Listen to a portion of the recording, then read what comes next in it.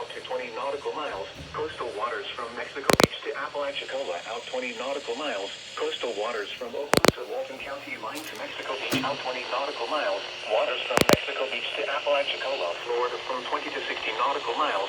Waters from Okaloosa, Walton County line to Mexico Beach from 20 to 60 nautical miles. Waters from Swampy River to Apalachicola, Florida from 20 to 60 nautical miles until 6:30 p.m. Eastern Daylight Time, or 5:30 p.m. Central Daylight Time.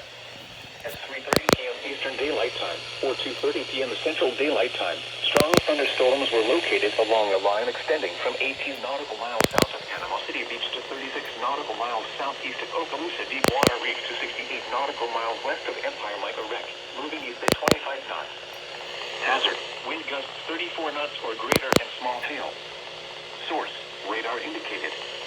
Impact: expect wind gusts in excess of 34 knots, suddenly high waves, frequent lightning, and heavy downpours. Where is he going? Make sure all on board are wearing life jackets.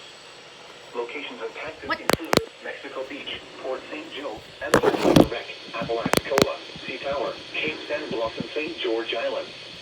Move to safe harbor until hazardous weather passes.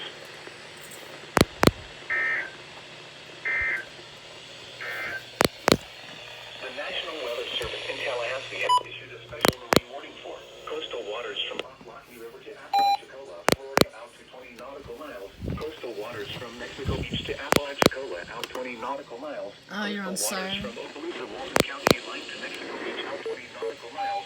Waters from Mexico Beach to Apalachicola, Florida from 20 to 60 nautical miles. Waters from Okaloosa, Walton County line to